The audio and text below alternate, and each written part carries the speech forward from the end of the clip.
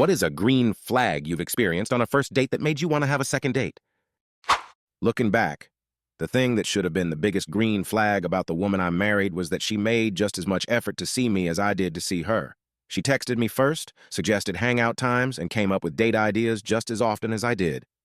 I don't think I realized it back then, but I realize it now. When we were first dating, my wife was in law school an hour-and-a-half drive from her house. One night a week, she would come to my house. She was temporarily living with her parents while she went back to school as a single parent, have date night, stay over, and get up at 4:30 a.m. to drive back.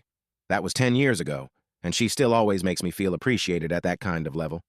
I try to up my game and respond back at that level, and I tell her that my goal in life is that she never realizes that I'm the one that got the better end of the deal when we got married.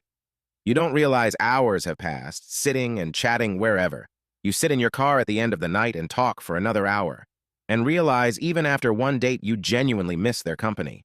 I knew my wife was the one when we made plans to watch Arrested Development at her house, but when I got there, we just talked for 3 hours straight. I can count on one hand the number of people I can talk to 3 hours straight, no pauses and no OMG, is this almost over? Listening and reciprocating questions. I don't want to talk about myself the whole time, but this isn't a job interview where I'm the employer. Ask questions about me. Haha. Also, good manners go a long way. We accidentally showed up at the wrong restaurant.